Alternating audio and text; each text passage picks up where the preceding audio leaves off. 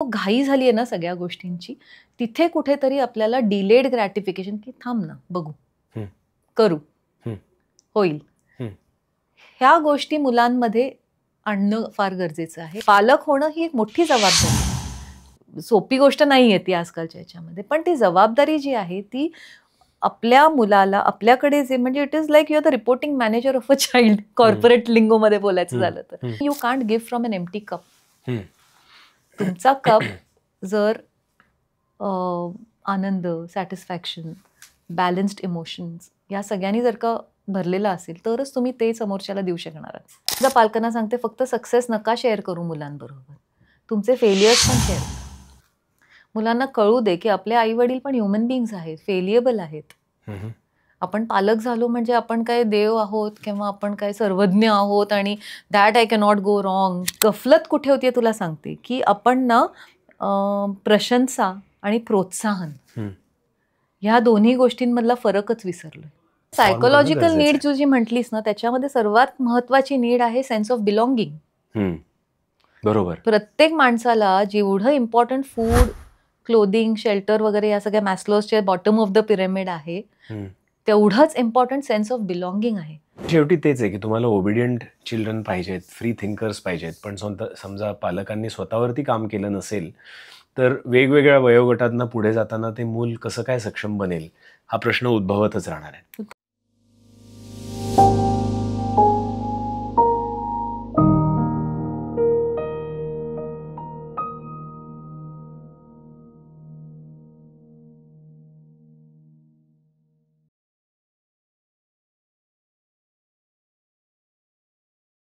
हाय, hello, नमस्कार, welcome back to इनोटॉक्स. इनोटॉक्सवर आम्ही काही दिवसांपूर्वी पालकत्वाचे नवीन नियम असा एक एपिसोड केला होता. पण पालकत्वाचे नवीन नियम दिले आणि मुलं घडली असं होणं अक्षरशः अशक्य आहे. कारण आपलं जग बदलत चाललंय. आज 2025-26 मध्ये ज्या जगामध्ये आपण वावरतो ते जग व्होलटाईल आहे, अनसर्टन आहे, कॉम्प्लिकेटेड आहे आणि ॲम्बिग्युअस सुद्धा आहे. हे शब्द जड आहेत ना. म्हणूनच आज इनोटॉक्सच्या या स्टुडिओमध्ये आम्ही बोलवलं आहे पेरेंटिंग कोच शीतल बापट मॅडमना. शीतल बापट मॅडम या वन्स अ पेरेंट आणि श्यामची ए फाउंडेशनच्या फाउंडर आहेत. त्यांच्या नावापुढे एक युनिसेफचं पेरेंटिंग रिलेटेड एक अवॉर्ड देखील आहे. त्या स्वतः अकॅडमिक काउन्सिलिंग करतात वेगवेगळ्या वयोगटांना आणि मार्गदर्शन करून मुलांना कसं चांगलं घडवावं याबद्दल देखील ते आईवडिलांना सांगतात. आज त्यांच्यासोबत आपण पेरेंटिंग विषयी भरपूर चर्चा करणार आहोत. आजचा विषय खरं तर आहे की या बदलत्या जगामध्ये आपण भावनिक दृष्टिकोनातनं मुलांना खंबीर कसं बनवू शकू. तर ऐकूयात शीतल बापट मॅडमकडनं. Ma'am, welcome to Innotalks. Thank you इथे इन्व्हाइट केल्याबद्दल. म्हणलं तसं आजचं जग खरं बदलत आहे आणि व्होलटाईल, अनसर्टन, कॉम्प्लेक्स आणि ॲम्बिग्युअस हे 4 शब्द मी तुमच्याकडनंच ऐकले होते. वुका वर्ल्ड म्हणतात त्याला. वुका वर्ल्ड. आणि बघितलं ना किती जड आहेत शब्दच. पण या बदलत्या जगामध्ये भावनिक दृष्ट्या मुलांना खंबीर बनवणं सुद्धा गरजेचं आहे. तर ते कसं केलं पाहिजे? ग्रेट. अगदी महत्वाचा प्रश्नच पहिला घेतलायस तू. कारण किंवा भावनिक दृष्ट्या मुलांना खंबीर बनवणं म्हणजे नेमकं काय? तेजस, ॲक्च्युली वुका वर्ल्ड जे आपण म्हणतो की व्हॉलेटाईल, खरंच अनसर्टनिटी इतकी आहे, कॉम्प्लेक्सिटी इतकी वाढलेली आहे, गुंतागुंतीचं खूप झालेलं आहे विश्व. आणि हा बदल ज्या स्पीडनी झाला आहे ना, तो जास्ती तो वेग जो आहे तो अनप्रेसिडेंटेड आहे. म्हणजे आधीच्या कुठल्याही जनरेशननी या स्पीडनी बदल बघितलेला नाही आहे. आणि ह्या सगळ्या चेंज एन्व्हायरमेंटमध्ये मुलांना त्याला सामोरी जाण्यासाठी तयार करणं, कारण पालकत्व म्हणजे काय असतं तर आपण पुढच्या पिढीला सक्षम करतोय त्यांचं जग सक्षमपणे हाताळण्यासाठी.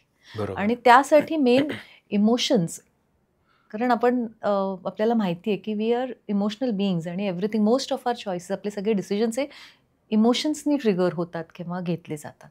तर ह्या सगळ्या पुढच्या जर्नीमध्ये मुलांना जर का इमोशनली रेझिलियंट किंवा खंबीर बनवायचं असेल तर काय करायला पाहिजे, तर त्याच्यासाठी खरं तर खूप सोपं आहे. म्हणजे मी कायम म्हणते, की खूप कॉम्प्लेक्स करून मी कोच आहे म्हणजे मी काहीतरी ज्ञान देणारे वगैरे असं नाही. खूप सिंपल गोष्टींमधनं मला सांगायला आवडेल, की काय करू शकतो, आपल्या हातात आत्ता काय आहे, जे आपल्या कंट्रोलमध्ये गोष्टी आहेत. तर आत्ता आपण खूप टॉक्स ऐकतो, सगळेजण आपल्याला सांगतात, की यशाची गुरुकिल्ली म्हणजे काय? तर यशाने हुरळून जाऊ नका आणि अपयशाने खचून जाऊ नका. किंवा change is the only thing constant. कायम तुम्ही बदलाला सामोरी जाण्यासाठी तयार राहा. हं. तर हे जे गुरुमंत्र आत्ता आपण सगळीकडे ऐकतो किंवा बोलतायत लोकं, हेच लहानपणापासून मुलांची तयारी त्यासाठी कशी आपण करून घेतोय, हाच खरा त्यांच्यामधला रेझिलियन्स बिल्ड करण्याचा प्रवास आहे पालकांचा. हं. आणि त्यासाठी 2 महत्त्वाच्या गोष्टी ज्या आहेत, की एक म्हणजे डिलेड ग्रॅटिफिकेशन. हं. म्हणजे आधी आपल्याला कसं होतं, की कुठलीही गोष्ट मिळवायला हं. एक काही कालावधी जायचा. आई म्हणायची, "पावभाजी खायची आहे," तर मग एक पुढच्या महिन्यात फर्स्ट वीकमध्ये खाऊयात आपण. हं. आनंदाने थांबायचो आपण काही गोष्टींसाठी. हं. आता ते इन्स्टंट ग्रॅटिफिकेशनचा जमाना आलाय, की मुलांपेक्षा जास्त आई-वडीलच घाईत असतात, की अच्छा मग मी स्विगीवरनं मागवू का झोमॅटोमधनं मागवू का काय करू? सो हा जो घाई झाली आहे ना सगळ्या गोष्टींची, तिथे कुठेतरी आपल्याला डिलेड ग्रॅटिफिकेशन, की थांब ना, बघू, हं. करू, हं. होईल. हं. ह्या गोष्टी मुलांमध्ये आणणं फार गरजेचं आहे. आणि दुसरं म्हणजे एखादी मनासारखी गोष्ट नाही झाली, तर ते काही इतकं भीषण नाहीये, भयानक नाहीये. त्याला काही आपण पर्याय देऊ शकतो का? चल आज ही एक गोष्ट नाही झाली, तर मग आपण या 2-3 गोष्टी करून बघूयात का? हं. सो ह्या इमोशनल रेझिलियन्स बिल्ड करण्याच्या एक छोट्या-छोट्या टिप्स आहेत बेसिकली. हं. आणि प्रत्येक वेळेस मुलाला रेस्क्यू करायला जाण्याची घाई न करता, म्हणजे आपण अरे मूल लहान आहे. आई-वडिलांना मुलाला काहीतरी त्रास झाला, की आपल्याला वाईट वाटणं स्वाभाविक आहे. सो तुम्ही त्याला त्याचे जे स्ट्रगल्स आहेत त्या मुलाचे, don't under estimate the child. आणि ते प्रत्येक वेळेस तुम्ही रेस्क्यूअर म्हणून तिकडे जाऊ नका. हं. ज्या गोष्टी त्यांना जमतायत ते त्यांचं त्यांना करू द्या, धडपडू द्या, शिकू द्या. आणि तो एक बॅलन्स साधता आला, तर आय थिंक मुलांना पुढच्या जगासाठी तयार करणं, त्यांचे इमोशन्स हँडल करण्यासाठी तयार करण्यासाठी या काही गोष्टी जर का आपण सातत्याने प्रयत्न केला, तर माझ्या मते इमोशनल रेझिलियन्स वाढू चांगला शकतो. वाढू आणि तो शकतो. पहिला स्वतः पेरेंट्समध्ये पण यायला पाहिजे. बरोबर. आणि मगच तो पुढे तो तुम्ही मॉडेल करू शकता मुलांमुळे. आपणच छोट्या-छोट्या गोष्टींना भयंकरीकरण करायला लागलो, हं. तर ते कुठेतरी ते मूल बघतंय आणि तो रेझिलियन्स त्यांचा कमी होणारच आहे. भावनिकदृष्ट्या आजकालच्या मुलांना हं. खंबीर बनवणं हं. आणि आजच्या पिढीमध्ये बनवण्यासाठी आपण पॉडकास्ट करतोय, इतके पॉडकास्ट बनवले जात आहेत, इतकं सखोल त्याच्यामध्ये मार्गदर्शन मिळतंय किंवा डिस्कशन सुद्धा होत आहे. हं. पण समजा 2-3 पिढ्या आपण मागे गेलो, हं. म्हणजे आई वडिलांची जनरेशन बघितली, हं. आजी आजोबांची हं. बघितली, या 2 जनरेशन्स मी स्वतः बघितल्या म्हणून हं. मी सांगू हं. शकतो. तर त्यावेळेला त्यांच्या आयुष्यामध्ये आपल्या मुलांना भावनिक दृष्टिकोनातनं खंबीर बनवावं हं. हा प्रश्न किंबहुना नसायचा. आणि ह्याची कारणं कदाचित अनेक असतील. म्हणजे मला एकच आठवतं, की आम्ही उन्हाळ्याच्या सुट्टीमध्ये आम्ही आजी आजोबांकडे जायचो. तिकडे बाकीचे सगळे कझिन्स असायचे खरंय. किंवा मामाकडे जायचो. मामाच्या गावाला जायचं, तशी ते गाणं पण आहे. करेक्ट. अशा सगळ्या गोष्टी होत्या किंवा करेक्ट. जॉईंट फॅमिलीज होत्या, मोठ्या हं. फॅमिलीज होत्या, हं. प्रत्येक घरात 2 तरी किमान मुलं होती. हं. तर काय फरक घडला, की त्यावेळेला जे प्रॉब्लेम्स आपल्याला नव्हते, हं. ते प्रॉब्लेम्स आपल्याला आज खरंच प्रॉब्लेम्स वाटायला लागलेत? सर्वात मोठा बदल जो घडलाय ना, जो खरं तर आपण एक्नॉलेज करत नाही, हं. की आपण ह्युमन बीइंग्ज आपला एव्होल्युशन पासून जर का आपण आपला प्रवास पाहिला, तर आपण टोळ्यांमध्ये राहणारी माणसं आहोत. हं. आणि कायम it takes a village to raise a child. हं. मूल साऱ्या गावाचं. हं. याच संकल्पनेमध्ये आपण आपली जी सर्व्हायव्हलसाठी जे आपल्याला गरजेचं होतं माणसाला, हं. तर ते आपण ह्या कलेक्टिव्ह आपल्या एफर्ट्समधनंच पुढची पिढी, म्हणजे प्रत्येक आधीची पिढी पुढच्या पिढीला एकत्र घडवायची. हं. आणि त्यासाठी ती इकोसिस्टम असायची, एक हं. एक कंप्लीट इकोसिस्टम असायची मुलांना घडवायला. हं. आत्ता जे चेंजेस झालेले आहेत, तर इतके चेंजेस झालेले आहेत, म्हणजे काय सेम राहिलंय असा विचार करण्याची गरज आहे. गरज आहे आता. हं. हं. की आधी आपल्याकडे प्लेग्राऊंड असायचे, आपण बिनधास्त बाहेर खेळायचो, हे करायचो. आता म्हणजे जरी सोसायटीज आणि टाउनशिप्स असल्या तरी मूल दुसऱ्याच्या घरी जाताना सुद्धा काळजी वाटते, किंवा हं. आहे म्हणजे सिक्युरिटी, बऱ्याचशा गोष्टी कॉम्प्लेक्स झालेल्या आहेत, टेक्नॉलॉजी आलेली आहे, फॅमिलीज आता न्यूक्लिअर झालेल्या आहेत. हं. दोन्ही आई वडिलांना आता करिअर करणं इम्पॉर्टंट झालेलं आहे, डबल इन्कमची गरज असते, हं. सोलो पेरेंटिंग आहे. आणि ॲक्च्युली तो collective parenting, collective raising of चिल्ड्रनचा जो प्रकार आपला आहे तो आता सोलो पेरेंटिंगवर येऊन थांबलाय.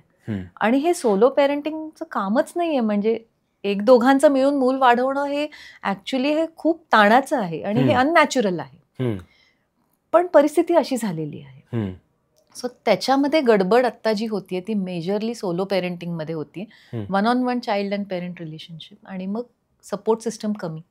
पण हे दोन म्हणजे या दोन गोष्टी तरी आपण बोललो की अख्ख्या गावाचं ते मूल असं तुम्ही म्हणालात की it takes a village to raise a child असं म्हणलं जायचं. म्हणजे त्यावेळेला सगळेच आणि ते सत्यच आहे आजही. म्हणजे त्यावेळेला सगळी जण आसपास असायची त्या मुलाला वाढवण्यासाठी. आणि आता दोन्ही आई वडिलांना त्या मुलाच्या बाहेर जाऊन काम करण्याची गरज आहे, प्रत्येकाला करिअर डेव्हलप करण्याची गरज आहे. तर त्याच्यामध्ये असं मला कुठेतरी वाटतं की आजकालचे आई वडील आपल्या मुलाला सोलो पेरेंटिंग एवढं सुद्धा वेळ देऊ शकतायत का, हा प्रश्न येतोय. म्हणजे आपण पेरेंटिंग थोडंसं आउटसोर्स करतोय की शाळेला दिलं, मग शाळा मुलांना वाढवत आहेत आणि मग आई वडिलांकडे जो वेळ असतो तो वेळ असतो दिवसभराचं काम झाल्यानंतरच आणि तेव्हाच आपण मुलांना घडवण्याचं काम करतो. पण पूर्वीच्या काळी कसं व्हायचं की वेगवेगळ्या पर्सनॅलिटी टाइप्स मधनं, वेगवेगळ्या इंटरॅक्शन्स मधनं मुलं ऑटोमॅटिकली वाढत जायची. करेक्ट. सो अरे सिम्पल गोष्ट आहे. म्हणजे आधी सुद्धा आपल्या आठवलं जर का तर असं त्या स्ट्रक्चर्समध्ये असं किती वेळ असं असायचं की क्वालिटी टाइम आपल्या आई वडिलांनी आपल्या बरोबर स्पेंड केलाय. मला असं आठवत नाही की वेळ काढून काहीतरी वेगळं काहीतरी केलंय किंवा काही गोष्टी म्हणजे गप्पांचा फड रंगलाय फक्त आई आणि मुलांमध्ये वगैरे. छोट्या छोट्या गोष्टींमधनं त्या गोष्टी घडतच होत्या. म्हणजे आजी काहीतरी सांगायची, भावंडांची भांडणं झाली, हे झाली ते झाली, तर त्या इकोसिस्टम मधनं आम्ही मूल घडवणार आहोत असं काही प्रोसेस नव्हतीच, व्हायचं नाही. बरोबर घडतात मुलं. आणि अजून सुद्धा प्लीज ते पहिलं पण काढूयात डोक्यातनं की आम्ही आमचं काम म्हणजे मुलांना घडवणं वगैरे आहे. आपल्याला त्यांच्या घडण्यामधले रोड ब्लॉक्स बाजूला करायचे. सो तो इतका सिम्पल रोल आहे आपला पेरेंटिंग. पण मग कुठेतरी तोच हा प्रश्न पडतो की पालकत्व म्हणजे नेमकं काय हे डिफाईन करण्याची नव्या जगासाठी ही गरज झालेली आहे का? आहेच ना. पालकत्व नवीन पालकांनी कसं, पालकत्व म्हणजे काय? मी आता खरं तर पंक्चर करते खूप पेरेंट्सचं बिलीफ की आता जे सोलो पेरेंटिंग मध्ये हे माझं मूल आणि हे माझं, या जबाबदारी आहे. पालक होणं ही एक मोठी जबाबदारी आहे. सोपी गोष्ट नाहीये ती आजकालच्या याच्यामध्ये. पण ती जबाबदारी जी आहे ती आपल्या मुलाला आपल्याकडे जे म्हणजे it is like you are the reporting manager of a child, corporate लिंगोमध्ये बोलायचं झालं तर. त्या मुलाला सक्षम करण्याचा प्रवास कशासाठी सक्षम करायचा आहे तर to live his life as an adult reasonably आणि एक सोसायटीचा एक जबाबदार नागरिक म्हणून मुलाला तयार करणं हे आपलं काम ऍक्च्युली आहे. आणि हे आपलं काम म्हणजे हे आपल्या ह्युमन रेसच्या सर्व्हायव्हलसाठी आपण काम करतोय. बरोबर. स्पीशीज सर्व्हायव्हलसाठीचा हा प्रोक्रिएशन हा आपल्या स्पीशीज सर्व्हायव्हल मधला एक मोठा पार्ट आहे आणि त्याच्यासाठी आपण पालक म्हणून पुढच्या पिढीला आपण घडवायचं काम करतोय. सो पालकत्व म्हणजे it is nothing more than being a mentor, a guide, a facilitator, की मुलाला स्वतः आयुष्य आपल्या हातात घेण्या एवढं योग्य बनवणं, सक्षम बनवणं. ती रिले रेस आहे रे ती. म्हणजे रिले रेसमध्ये कसं एक पहिली पिढी अशी ती बॅटम घेऊन पळतीये, मग पुढच्या पिढीच्या हातामध्ये ते बॅटम सोपवायचं आहे आपल्याला, कारण this race has to go on. पण ते पुढच्या पिढीच्या हातात जेव्हा आपण बॅटम सोपवतो तेव्हा आधीचा रनर जो आहे तो थोडा काळ त्या पुढच्या रनर बरोबर पळतो ना एकत्र, म्हणजे तो मोमेंटम मिळेस तोवर. सो तो मधला जो पिरियड असतो तो पेरेंटिंग आहे. मग ती मुलं त्यांच्या प्रवासावरती परत त्यांच्या आयुष्याला सुरुवात करणारच आहे. तर आपलं काम ते त्या मधला जो त्यांना सक्षम करण्यापर्यंतचा पिरियड कसा असावा ह्याच्यासाठी. तर आता जर का हे जे आपलं गाव नसेल आपल्याला किंवा आपल्याला जॉईंट फॅमिली स्ट्रक्चर्स नाहीये, तर आता शाळा, घरातलं हेल्प, काही like minded friends, family members, society मधली लोक, त्याच्यानंतर पाळणा घर असेल, ही सगळी इकोसिस्टमच म्हणजे हे आपलं गाव आहे. बरोबर. त्याच्याकडे आपण शाळा वाढवतीये आपल्या मुलांना किंवा हे जग आहे त्यांचं बेसिकली. सो असं काही नाहीये की बाबा आई वडिलांना वेळ देत नाहीयेत किंवा हे त्याच्यामुळे काहीतरी. तर तुम्हाला वेळ नसेल तर तुम्हाला या सगळे जे आपले मग शाळा तुम्ही तुमच्या व्हॅल्यू सिस्टमशी जुळणारी चूज करा. उगाच काहीतरी भलत्या कुठल्या तरी भ्रमात राहून. झालेले आहेत. पण बोर्ड्स आहेत ते बोर्ड्स म्हणजे ते प्रत्येक बोर्ड चांगलं आहे का वाईट आहे, मला प्रश्न खूप येतो, विचारतात पालक की कुठलं बोर्ड आमच्या मुलासाठी म्हणजे कुठलं बोर्ड चांगलं किंवा वाईट. सगळे बोर्ड चांगले, इक्वली वाईट आहेत, तुमच्या मुलासाठी कुठलं बोर्ड सुटेबल आहे हा विचार करायची गरज आहे. माझ्या मुलीबरोबर, धाकट्या मुलीबरोबर आम्ही भारतातला एक पण बोर्ड सोडलेला नाहीये. म्हणजे मी ऍक्च्युली आता माझ्या दोन्ही मुली मोठ्या झाल्या आहेत, त्यामुळे हा पण एक विजडम, म्हणजे अपार्ट फ्रॉम जो काही मी श्यामची फाउंडेशनमध्ये किंवा पालकांबरोबर काम केलं आणि माझी स्वतःची जर्नी, या सगळ्यातनं हा जो कोचचा जो रोल आता मी घेतलाय किंवा एक फॅसिलिटेटर, हे या सगळ्या अनुभवातूनच पुढे आलेलं आहे. आणि आता लक्षात येते तर माझ्या दोन्ही मुली खूप वेगवेगळ्या टेम्परमेंटच्या होत्या. मोठी डॉक्टर आहे, धाकटी हॅज एक्सपेरिमेंटेड, आणि आम्ही तिच्याबरोबर CBSE झालं, ICSE झालं, SSC बोर्ड झालं, IB झालेलं आहे, NIOS आणि IGNOU, म्हणजे आता दुसरं कुठलं बोर्ड शिल्लक नाही.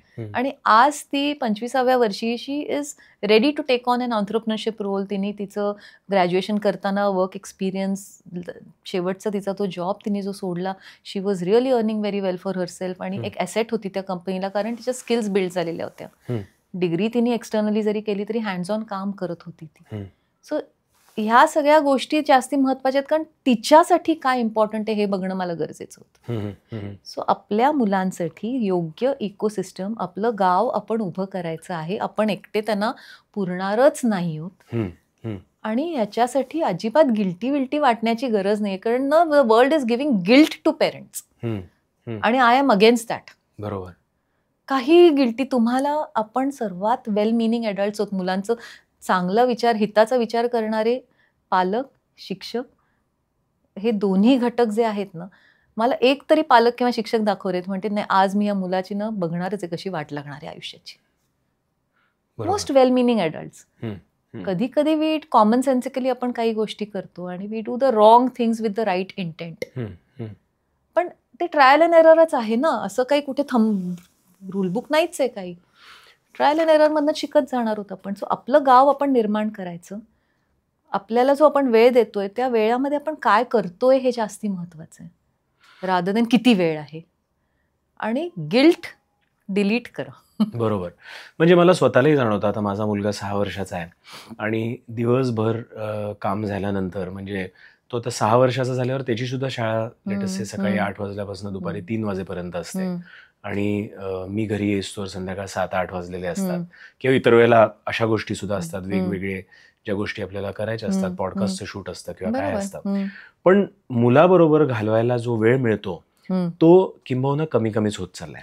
आता आपण म्हणतोय की जेव्हा आधी पण कमी होता, आई दिवसभर घरातली कामं करत असायची, पण त्यावेळेला मुलांना वाढवायला त्यांच्या आसपास गाव होतं, आता गाव नाहीये. तर माझा प्रश्न असा आहे की भावनिक दृष्टिकोनातून आपण त्यांना म्हणतोय की आपण त्यांना सक्षम बनवणार आहोत, त्यांना खंबीर बनवणार आहोत. आणि मी न्यूरोसायन्सच्या भाषेमध्ये असं ऐकलं होतं की वयाच्या 20-25 वर्षापर्यंत त्यांचं डिसिजन मेकिंग लहान मुलांचं हे बनतच असतं, प्री फ्रंटल कॉर्टेक्स डेव्हलप होत असतं, त्यांचं एक्झिक्युटिव्ह फंक्शन सगळे त्याच्यात असतात. बरोबर. तर ते त्यांना उत्तमरित्या डेव्हलप करता यावं यासाठी जेव्हा ते बाहेर सगळ्या गोष्टी शिकून परत आपल्या गावी येतात असं आपण म्हणू, पण त्या गावामध्ये आता 2च जण आहेत, तर ते 2 जण जी आहेत त्यांनी स्वतःवरती सुद्धा इनर वर्क करण्याची, म्हणजे स्वतःवरती सुद्धा काम करण्याची, एक उत्तम पालक बनण्यासाठी ही गरज आहे का? कारण की म्हणजे त्यांचंही जे जग आहे ते पण खूप अनसर्टन आहे. म्हणजे ऑफिसचे कॉल्स वेगवेगळ्या वेळेला येत असतात, वेगवेगळ्या शिफ्ट्समध्ये कामं चालली असतात, त्याचा स्ट्रेस असतो. फोनवरती व्हॉट्सॲप असो किंवा काही ईमेल्स असो त्याचे डिस्ट्रॅक्शन्स असतात, किंवा ऑफिसमध्ये गेलेला दिवस समजा नीट नसेल तर ते बॅगेज घेऊन सुद्धा घरी आलेले असतात नवरा बायको. तर ह्या सगळ्या ह्याच्यामध्ये मुलांकडे लक्ष देणं कदाचित तिथे सुद्धा वेळ कमी झालाय. तर ह्या सगळ्या दृष्टिकोनातनं त्या 2 जणांच्या गावामध्ये त्या आईवडिलांनी सुद्धा स्वतःवर काही इनर वर्क करावं का, आणि ते कसं असावं? ऍक्च्युली इनर वर्क हे प्रत्येकाने करावं स्वतःवरती, कारण पालक झाल्यावर तर जास्त, कारण तुम्हाला आपलं पण जग खरंच तुलनेने खूप कॉम्प्लेक्स झालेलं आहे, आणि त्याच्यामध्ये स्वतःला सुद्धा रिझनेबली हॅपी आणि आपली मेंटल हेल्थ सुद्धा नीट ठेवणं हे सुद्धा एक टास्क होऊन बसलंय. कारण त्याच्या मागचं आहे की स्ट्रेस हा जो फॅक्टर आहे हा अनप्रेसिडेंटेड आहे आता, आणि कारण तो स्ट्रेस पण तो आपण निर्माण केलेला आहे. कशाच्या मागे पळतोय आपल्याला माहिती नाहीये. पॉज बटन दाबणं आपण विसरून गेलेलो आहोत कम्प्लिटली. काहीतरी कॉन्स्टंट, आणि social media is, we are living in an addictogenetive genic world, म्हणजे काहीतरी आपल्याला खुणावतच असतं की nothing is ever enough. Correct. तर आपली पण ती रॅट रेस सुरूच आहे आणि त्याच्यात आपल्याला एक मूल पण वाढवायचंय बरोबर. बेसिकली. सो स्वतःवरती काम करणं अतिशय गरजेचं आहे स्वतःच्या मेंटल हेल्थ आणि ओव्हरऑल वेलबिंगसाठी. कारण तुम्ही you can't give from an empty cup. तुमचा कप जर आनंद, सॅटिस्फॅक्शन, बॅलन्स्ड इमोशन्स या सगळ्यांनी जर का भरलेला असेल तरच तुम्ही ते समोरच्याला देऊ शकणार आहात. तुमच्या कपमध्येच एन्झायटी, स्ट्रेस, अनहॅपीनेस या सगळ्या गोष्टी असतील तर मग मुलं सुद्धा तेच अनुकरण करणार आहेत. एक्झॅक्टली. सो पहिल्यांदा you have to practise what you preach. पालकांचं आता काय होतं की आपण ते कायम सारख्या सूचना सूचना सूचना, मॉरल ऑफ द स्टोरी, ह्याच्यातनं कम्युनिकेशन जे आहे ना ते खूप जास्ती ट्रान्झॅक्शनल होत चाललेलं आहे. की मी कायम म्हणते की पेरेंटिंगची गुरु किल्ली काही तुम्ही विचारली तर kind yet firm parenting. Kindness खूप इम्पॉर्टंट आहे आणि त्याच्याच बरोबरीने फर्मनेस.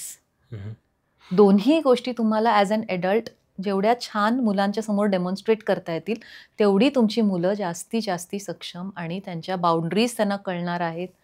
त्यांना नीट स्वतःला वेल ॲडजस्टेड ॲडल्ट्स म्हणून जर का तयार करायचं तुमचं parenting style has to be kind yet firm आणि कन्सिस्टंट. सो किती वेळ घालवतायपेक्षा त्या वेळेत काय तुम्ही करताय मुलांबरोबर आणि ते विश्व जर मुलांचं सातत्याने तुम्ही ते मेंटेन करत गेलात ॲज पेरेंट्स तर. आणि बरं चॅलेंजेस येणार नाही आहेत का? ते येणार आहेत. तुमच्या पण जॉब्समध्ये किती इन्सेक्युअर आज तू बघतोयस, अरे किती एन्झायटी आहे सगळीकडे. AI is coming in. आपल्याला पुढचं काहीच माहिती नाही आहे की जॉब्स कसे असणार आहेत किंवा काय रिइन्व्हेंट होणार आहे. आज जे प्ले ग्रुपमध्ये मुलगा जातोय तो बाय द टाइम ते करिअर जॉईन करतील हू नोस ते मार्सवरती स्टारबक्स चालवत आहेत का काय, आपल्याला माहितीच नाही आहे. मी 8वीमध्ये असताना जर माझ्या कल्पनेमध्ये फक्त तो BSNLचा फोन ट्रिंग ट्रिंग डायलवाला आणि तेव्हा कोणीतरी मला सांगितलेलं होतं की नाही असे फोन येणार आहेत की कारमध्ये पण आपण घेऊन जाऊ शकतो. तेव्हा मला ते सायन्स फिक्शन वाटत होतं. बरोबर. आता तर घड्याळातनं सुद्धा आपण फोन. परवा कोणीतरी तो गॉगल घालून आलं होतं आणि मग त्याच्यातनं काहीतरी हे tell me what I am seeing आणि मग क्लिक पिक्चर्स आणि त्यामुळे फोटोग्राफ्स. मला अजून आठवतंय की आपण आमच्याकडे ते रील्स असायचे डार्क रूममधनं, अरे तो फोटो नीट डेव्हलप होतोय का नाही, इतकं स्ट्रेस असायचं की आपल्याला त्या मेमरीज मिळणार आहेत का नाहीत. तिथपासून आज आपण कुठे आलेलो आहोत बेसिकली. तर या सगळ्या छोटे बदल if we are conscious about, so we know that where we are heading. आणि मग ते इतकं जेव्हा वुका आणि ॲम्बिग्युअस आहे सगळ्या गोष्टी, तर आत्ता मी मुलांबरोबर आणि माझ्याबरोबर काय काम करू शकते आत्ता in the present. First thing I have to work on myself. कारण ॲज अन ॲडल्ट तुम्हाला स्वतःला एक वेल ॲडजस्टेड ॲडल्ट राहणं या सगळ्या चेंज एन्व्हायरमेंटमध्ये सुद्धा एक चॅलेंज होऊन बसलेलं आहे. आणि ते झाल्यानंतर मग मुलांच्या दृष्टीने सुद्धा त्यांनाही तेच जर का आपल्याला इन्कल्केट करायचं असेल तर आपण काय केलं पाहिजे. मग इतकं खरं हा खूप मोठा विषय आहे. मी मेजर पॉईंट्स टच पॉईंट्स तुम्हाला एक प्रयत्न करते बोलायचा, पण इतकं कठीण म्हटलं तर कठीण आहे, पण म्हटलं तर कठीणही नाही आहे. पेरेंटिंग स्टाईल तुमची काइंड येट फर्म आणि तुम्ही स्वतः जर का तुमच्यावरती काम करत असाल तर ते मूल पण बघतंय रे आणि तुम्ही पण धडपडताय. म्हणजे मी बरेचदा पालकांना सांगते फक्त सक्सेस नका शेअर करू मुलांबरोबर, तुमचे फेलियर्स पण शेअर करा. मुलांना कळू दे की आपले आई वडील पण ह्युमन बिईंग्स आहेत, फेलिएबल आहेत. आपण पालक झालो म्हणजे आपण काय देव आहोत किंवा आपण काय सर्वज्ञ आहोत आणि that I cannot go wrong. हे किती मिथ आहे. कारण it is only imperfection is what is true. Perfection आहे कुठे या जगामध्ये. आणि आपण पण ह्युमन बिईंग्स आहोत ना. आपण काय ह्युमन बिकम नाही झालो आता पेरेंट झालो म्हणून. तर आपण पण ह्युमन बिईंग्स आहोत. आपण पण आपला पाथ नॅव्हिगेट करतोय. आपण पण खूप ठिकाणी माती खातो आज पण ते प्रांजळ असावं. मुलांना पण कळू द्यावं की हो बाबा गडबड होते आयुष्यामध्ये. रिअल लाईफ इज लाईक दिस. एका पॉडकास्टमध्ये मी ऐकलं होतं आणि तो विचार मला खूप पटला. त्यांनी तो गेस्ट का होस्ट जे बोलत होते ते म्हणत होते की प्रत्येक मुलाला 4 गरजा असतात किंवा प्रत्येक ह्युमन बिईंगला असतात तसं बघायला गेलं तर. वन इज बायोलॉजिकल, एक सायकोलॉजिकल, एक सोशल आणि एक स्पिरिच्युअल. आता ह्या 4 गरजा म्हणजे बायोलॉजिकल म्हणजे शरीराची जी गरज असेल की आता प्रत्येक वयामध्ये वेगवेगळ्या गरजा असतील. लहान मुलांना फिजिकल स्पोर्ट खेळण्याची गरज असते आणि वेगवेगळ्या वेळात वेगवेगळ्या गरजा असतात. किंवा सायकोलॉजिकल म्हणलं तर इमोशनल सेफ्टी घरी पाहिजे, घरचं वातावरण चांगलं पाहिजे, विथ लव्ह अँड काइंडनेस पाहिजे, जसं तुम्ही म्हणालात, फर्मनेस पण पाहिजे. तसं सोशल म्हणजे इतर लोकांशी इंटरॅक्शन चांगलं पाहिजे, इतर लोकांशी इंटरपर्सनल स्किल्स आपल्या डेव्हलप झाल्या पाहिजेत, असे इंटरॅक्शन झाले पाहिजेत. आणि फायनल मला तो मुद्दा जो आवडला तो स्पिरिच्युअल किंवा माइंडफुलनेसचा, की दे शुड ऑल्सो बी, म्हणजे इतक्या झपाट्याने वाढत्या जगामध्ये जिथे परिवारांचा साईज ऑलरेडी स्मॉल झालेला आहे, छोटा झालेला आहे, तिथे कदाचित ही जी मुलं आज पहिली दुसरीतली ती जेव्हा मोठी होतील तेव्हा त्यांना स्वतःबरोबर वेळ कसा जास्तीत जास्त घालवता येतोय हे त्यांना कळणं खूप जास्ती गरजेचं आहे. पण मुलं अनुकरण करत असतात आणि आईवडिलांनीच समजा स्वतःवरती या चारही पैलूंवरती सुद्धा इनर वर्क केलं नाही तर ते त्यांच्या मुलांपर्यंत काय देऊ शकतील? करेक्ट. कारण मुलं ना, they are not listening to you, they are watching you.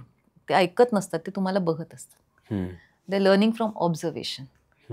त्यामुळे ह्या चारही ॲस्पेक्ट्सवरती काम करण्याची प्रचंड गरज आहे पालकांना पण.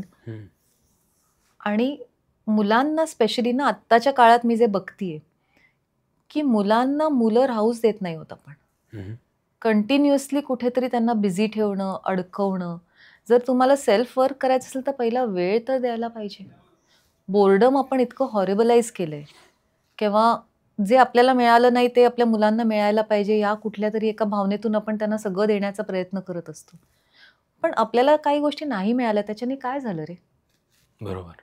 इट्स ओके, त्यांना पण 4 गोष्टी नाही मिळणार आहेत. त्याच्यासाठी इतकं त्याच्या मागे आटापिटा. आणि जर का ते आपण करत राहिलो की नाही नाही, मला जे नाही मिळालं ते मी तुला देण्याचा प्रयत्न करतोय आणि या सगळ्या गोष्टी, तर मुलं त्याचा अर्थ असा लावतायत की एखादं डिप्रिवेशन इज हॉरिबल. हे नाही मिळालं म्हणजे मला हे जगातली सर्वात भयानक गोष्ट नाहीये. काही नाही मिळालं तरी ऑक्सिजन आहे ना. ही सवय सुद्धा अगदी छोट्या छोट्या गोष्टींमध्ये पालकच लावतात. आता माझंच एक्झाम्पल देतो. मग मुलाला पेंटिंग करायला आवडतं, मग तुम्हाला सकाळी शाळेला जायच्या आधी म्हणाला की मला पॉस्काचे कलर्स हवे, तर ते कलर्स मिळणं जुन्या काळी कदाचित आई वडील म्हणाले असते अरे थांब 2 दिवस जाऊन घेऊन येऊ. पण आज आहे ना, झेप्टो आहे, ब्लिंकिट आहे, एक्झॅक्टली पुढच्या 10 मिनिटांमध्ये ते कलर्स घरी आले. मग सवय आपणच लावतोय ॲज पालक. म्हणूनच आपल्याला पण थोडं तपासून बघायला पाहिजे ना की आपण नक्की काय म्हणजे जे आपण एक्सपेक्ट करतोय मुलांकडनं ते आधी आपण रोल मॉडेलिंग करतोय का त्या गोष्टींचं. आणि इतकं इन्स्टंट प्रत्येक गोष्ट काही गरज नाहीये. You are not entertainers, you are not obliged की तुम्ही मुलांना कायम एंटरटेन करण्यासाठी जन्माला आलायत किंवा ते म्हणतायत ते सगळं ऐकण्यासाठी आलायत. तुम्ही पण एक इंडिव्हिज्युअल आहात ना. पालक व्हायच्या आधी तुम्ही कोणतरी होतात, कोणतरी आहात. मुलं मोठी होऊन परत when they fly the nest तुम्ही पण असणारच आहात ना. तुम्ही ते असं अगदी ते काय म्हणतात त्याला, वाहून घेतल्यासारखं पण करून चालत नाही. नाही काय होतं रे आता गडबड त्याच्यामधनं मी जे आता बघतीये की घरामध्ये ॲडल्ट्स जास्ती आहेत. म्हणजे अगदीच आई वडील असतात, एखाद्या वेळेस आजी आजोबा पण असतात आणि एकच मूल. कारण आता आधीसारख्या मोठ्या भरपूर मुलं राहिलेली नाही आहेत जॉईंट फॅमिलीसारखी. मग ते एक मूल इतकं केंद्रबिंदू होतं आणि ते म्हणेल ते त्याच्या मागे ते सगळे 4ही जण धावत असतात की त्या मुलाला कुठेतरी वाटायला लागतं की oh I am the centre of the universe. पण पुढे जाऊन जेव्हा ते मूल इंटरॅक्ट व्हायला लागतं तेव्हा त्याला लक्षात येतं ना की नाही नाही, हे काहीतरी गडबड होतीये. मग तिथे आपण फ्रेजाईल ह्युमन बिईंग्स बनवतोय की बाबा जग इतकं फेअर नाहीये. तुम्ही प्रत्येक वेळेस मुलाला रेस्क्यू करायला किंवा ओव्हर प्रोटेक्ट करायला जाऊन उपयोग नाहीये. कारण त्याला त्याचे टप्पे तोंडते अनकम्फर्टेबल इमोशन्स त्याला हँडल करताच आल्या पाहिजेत. कारण ते वाटेला येणारच आहेत. किती प्रोटेक्ट करशील आणि कुठे कुठे असशील. तुमच्या आईवडिलांनी, आपल्या आईवडिलांनी आपल्याला एवढं कधीच प्रोटेक्ट केलेलं नाहीये. मला तरी कधीच आठवत नाहीये. त्यामुळे चॉईस आणि कॉन्सिक्वेन्सेसच्या मध्ये कधी आईवडील आलेले मला आठवत नाहीये. एखादी गोष्ट तुम्ही पर्याय जर का उचलताय तर त्याचा परिणाम पण तुम्हालाच फेस करायचा आहे. त्यासाठीची तयारी मुलांची आपण जर का त्यांना होऊच दिलं नाही तयार त्या बाबतीत, तर ते कसे सक्षम होणार आहेत पुढे जाऊन त्यांचं ॲडल्ट लाईफ नीट हे करायला. त्यामुळे आय थिंक ह्या सगळ्या गोष्टी जरा तपासायची गरज आहे. पालकांनी थोडं पॉज बटन दाबून नक्की आपण काय करतोय. आत्ता गडबड काय होते बघ, आता मध्ये कौन बनेगा करोडपतीचा एपिसोड एक झाला त्याच्यामध्ये त्या मुलाचं जे बिहेवियर होतं त्याच्यावरती इतका गदारोळ झाला सोशल मीडियावरती की आणि मग who is to be blamed आणि मग काय, आणि प्रत्येक जण त्याच्यावरती काहीतरी बोलत होतं. सो मी तेव्हा पण माझी पोस्ट हीच होती की आपल्याला ना घाई झाली टू फिक्स द पर्सन. पालकांची चूक आहे, शाळेची चूक आहे, शिक्षकाची चूक आहे, मुलाची चूक आहे. Are we trying to understand the problem आणि फिक्स इट? पण तो प्रश्न मलाही आला होता तो एपिसोड बघितल्यावर, आणि खरं सांगायचं तर कन्फ्युजन होतं की इथे पहिली गोष्ट दोष द्यायचा का, आणि दोष द्यायचा तर कोणाला द्यायचा. आता ही गोष्ट वेगळी की सोशल मीडियावरती ते पूर्णपणे व्हायरल झालं आणि सगळ्यांनी ती ते क्लिप टिप ऑफ द बघितली. आईसबर्ग आहे. पण तुला सांगू हे पण इश्यूज तुमचा विचार काय याच्यावर? माझा विचार इतका सिंपल होता की हा चेंज एन्व्हायरमेंट मधला प्रॉब्लेम आहे. आपण मुलांना वाढवताना ज्या गोष्टी, जिथे मी परत म्हटलं काइंड येट फर्म, गफलत कुठे होती तुला सांगते की आपण ना प्रशंसा आणि प्रोत्साहन ह्या दोन्ही गोष्टींमधला फरकच विसरलोय. प्रेज जी आपण मुलांना, ते लहान असते काही केल्यानंतर मग आपल्याला वाटतं, पण आपण ते प्रेज करतो आउटकम.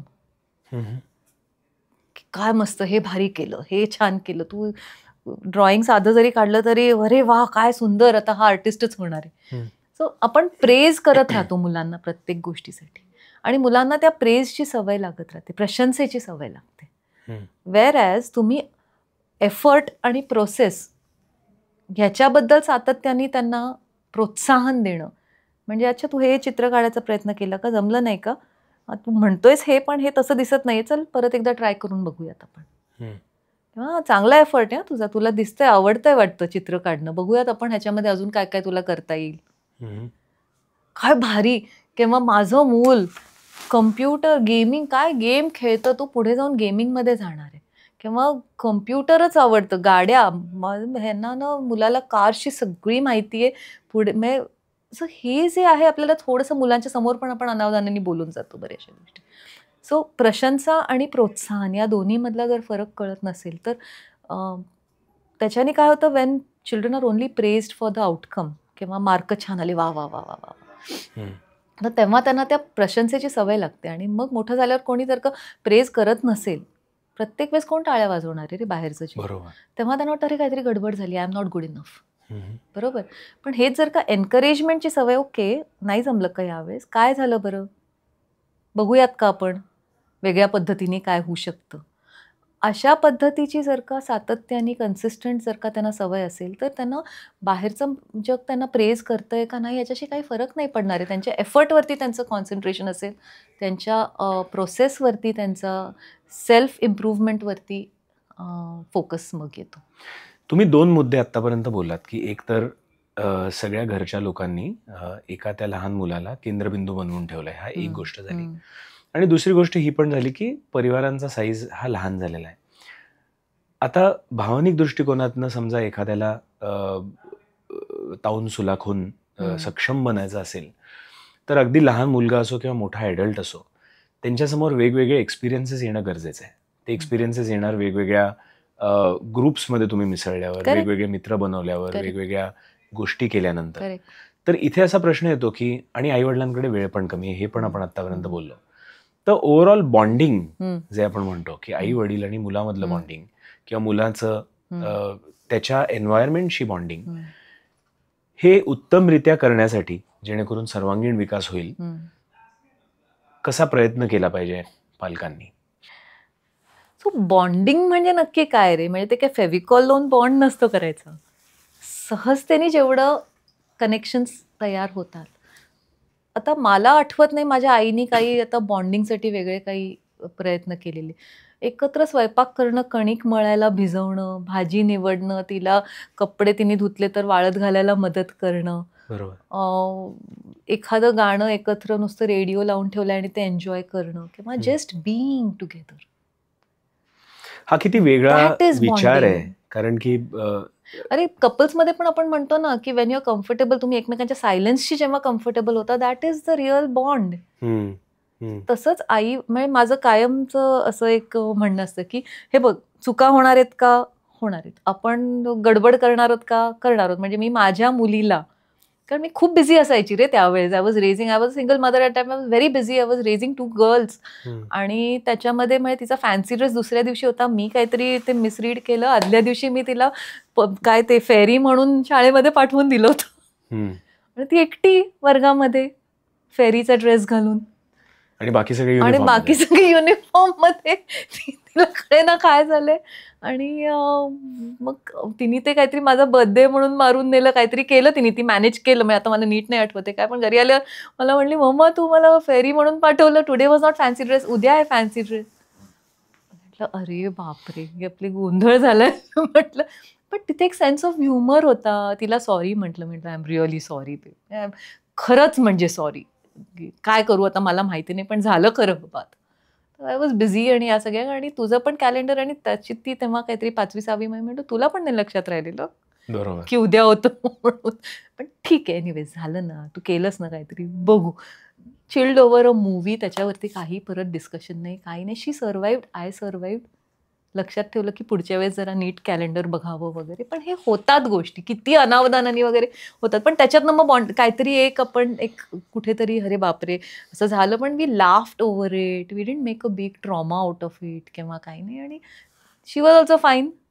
ठीक आहे, गडबड झाली आपली बाबा. आणि आई पण आपली करू शकते, होते गडबड. तिला पण सवय, ती आता पुढच्या वेळेस मला नीट आठवण 4 वेळा करायची की मम्मा आपल्या शाळेमध्ये हे आहे आता.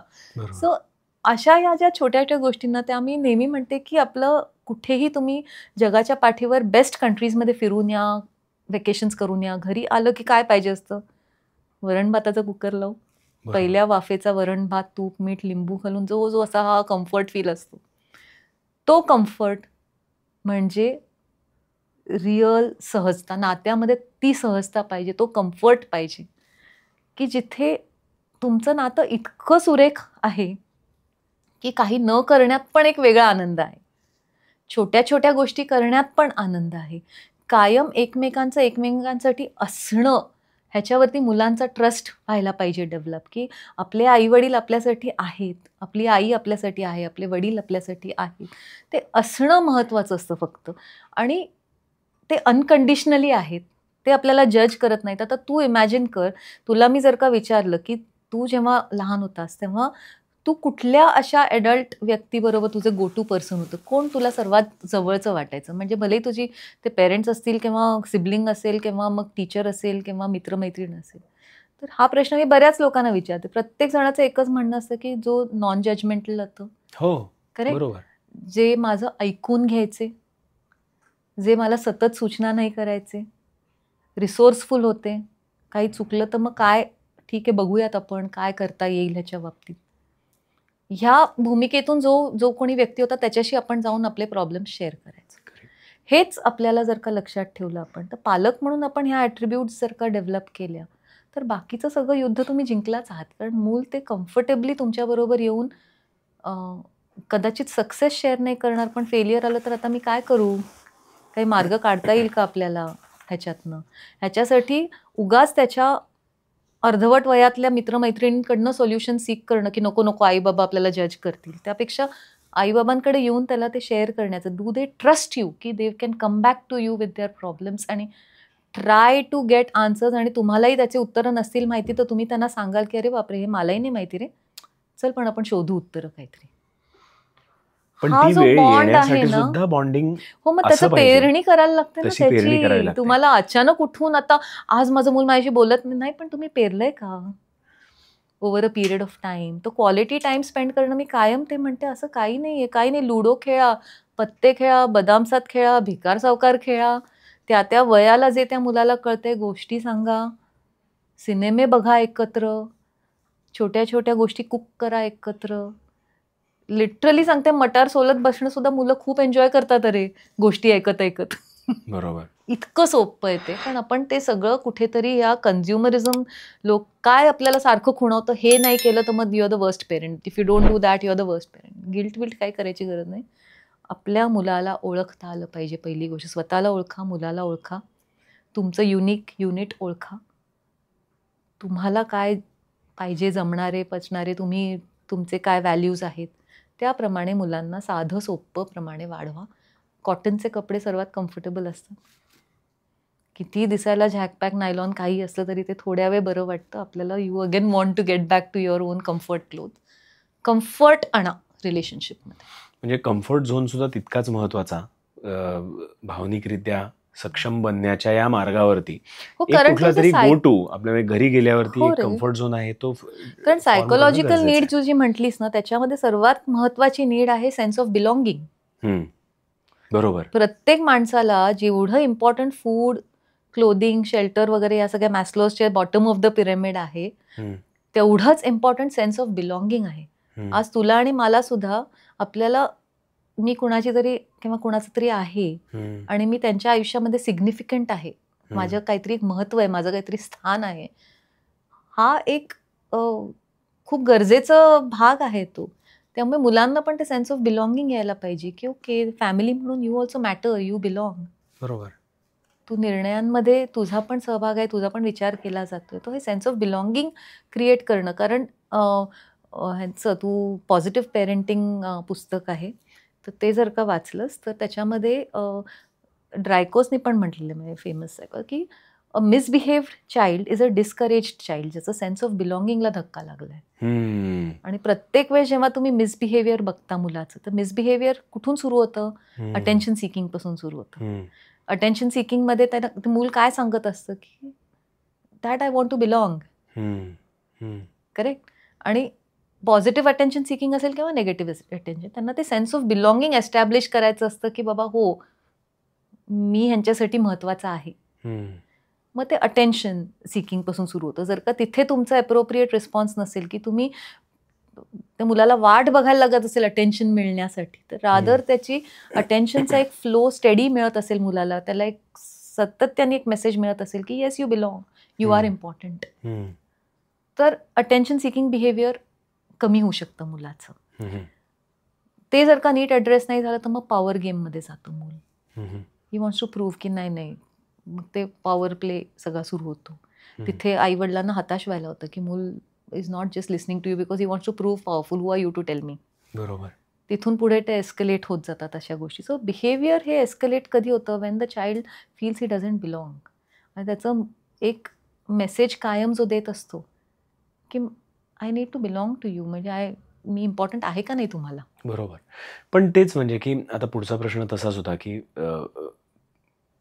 लहान मूल या जगामध्ये मोठं झालं की आपल्याला कुठल्या प्रकारचा इंडिव्हिज्युअल घडवायचा आहे, कुठल्या प्रकारचं मूल घडवायचं आहे, ह्याची सुद्धा पेरणी कदाचित त्या मुलाच्या लहानपणापासूनच ती व्हायला लागते. अगदी. म्हणजे आपल्याला सगळ्यांचं ऐकणारा, कायम ऐकणारा किंवा ऐकणारी अशी मुलं हवी आहेत का आपल्याला फ्री थिंकर्स हवी आहेत? कारण की फ्री थिंकर्स या जगामध्ये अनेक गोष्टी घडवणार आहेत, पण एका स्ट्रक्चरला न जुमानणारीच मुलं समजा पुढे असतील तर मग त्याचाही या जगासाठी उपयोग नसणार आहे.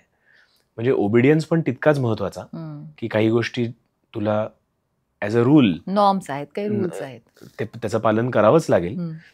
आणि मग तुझा फ्री थॉट जो आहे तो पण तितकाच महत्वाचा आहे. सी हे दोन असे टोक आहेत एका कॉन्टिनमचे. सो मिडवे आपल्याला कुठेतरी म्हणजे ह्याला आपण स्वातंत्र्य हाच जर का शब्द पकडून जर का बोलायचं झालं तर त्याच्यामध्ये स्वातंत्र्य आणि स्वैराचार आपल्याला माहिती आहे की या दोन गोष्टी वेगळ्या आहेत. बरोबर. स्वातंत्र्य आणि स्वैराचार. स्वातंत्र्याबरोबर जबाबदारी येते. फ्रीडम टू चूज, म्हणजे with great freedom comes great responsibility.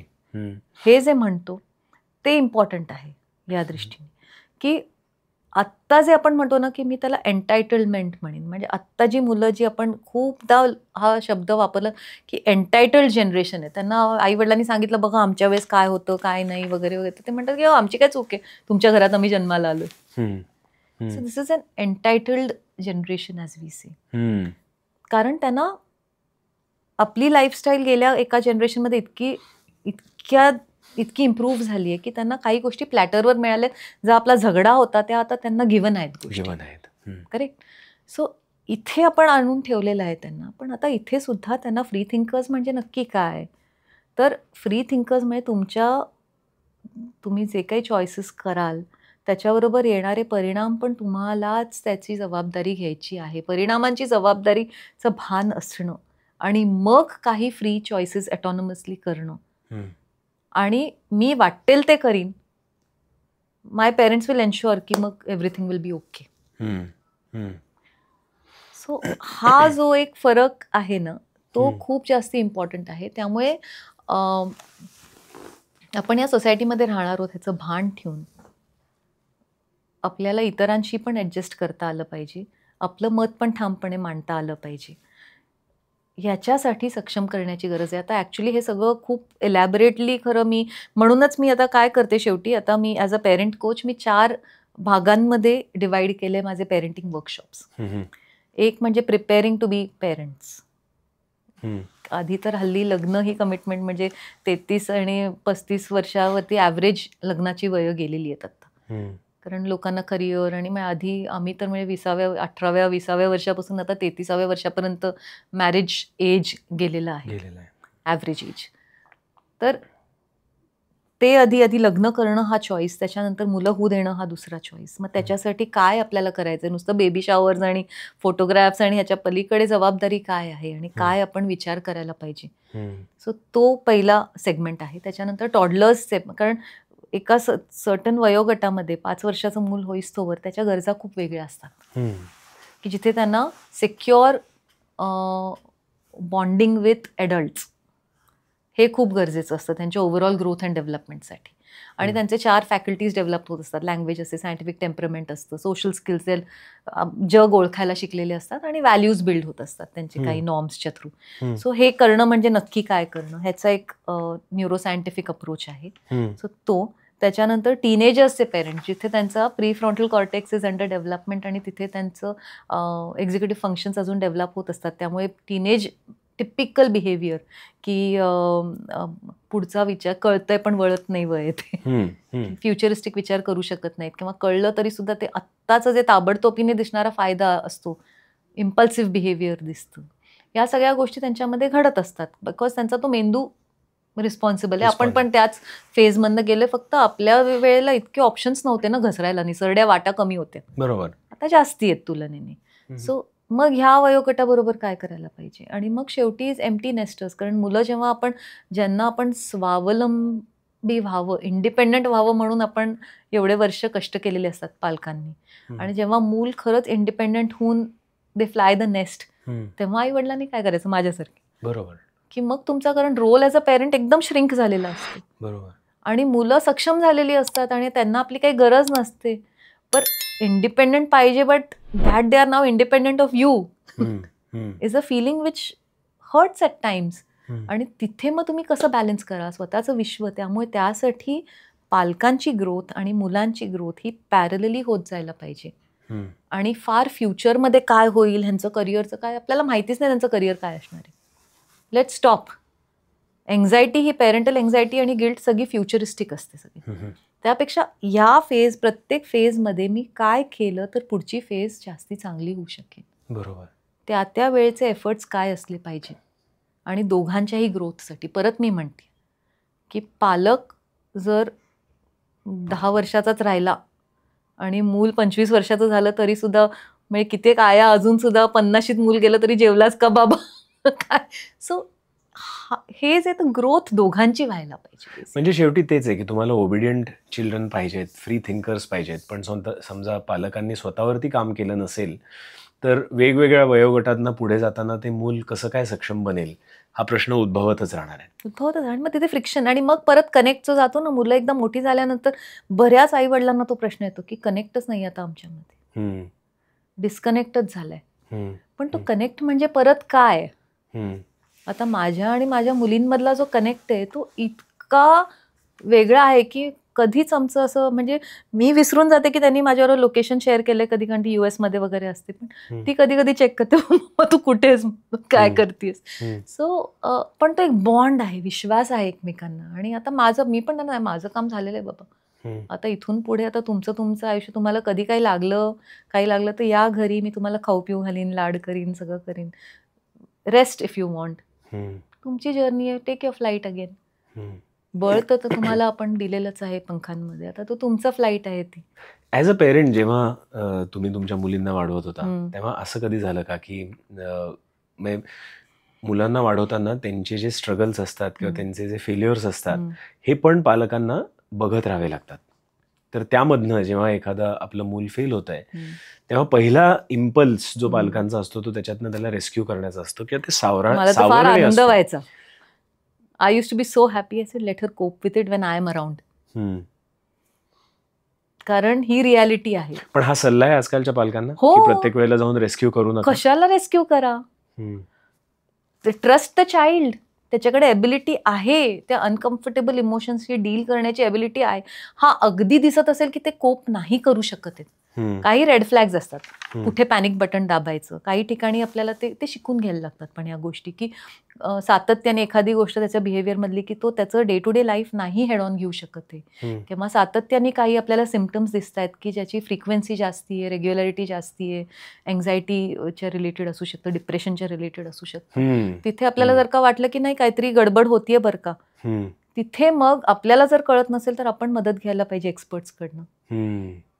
मुलांना ती मदत मिळवून द्यायला पाहिजे. आपल्याकडे ना मेंटल हेल्थला एक टॅबू आहे. म्हणजे आपण ताप आला, साधा ताप काही जरी झालं तरी आपण डॉक्टरकडे जातो आणि कित्येकदा तर आपणच डॉक्टरला सांगतो मला वाटतं हे आहे, तुम्ही मला हे मेडिसिन लिहून द्या. हो. इथपर्यंत गेलंय आता आज तर सध्या. ChatGPT सुद्धा सांगतं काय झालं असू शकतं तुम्हाला ते. I know.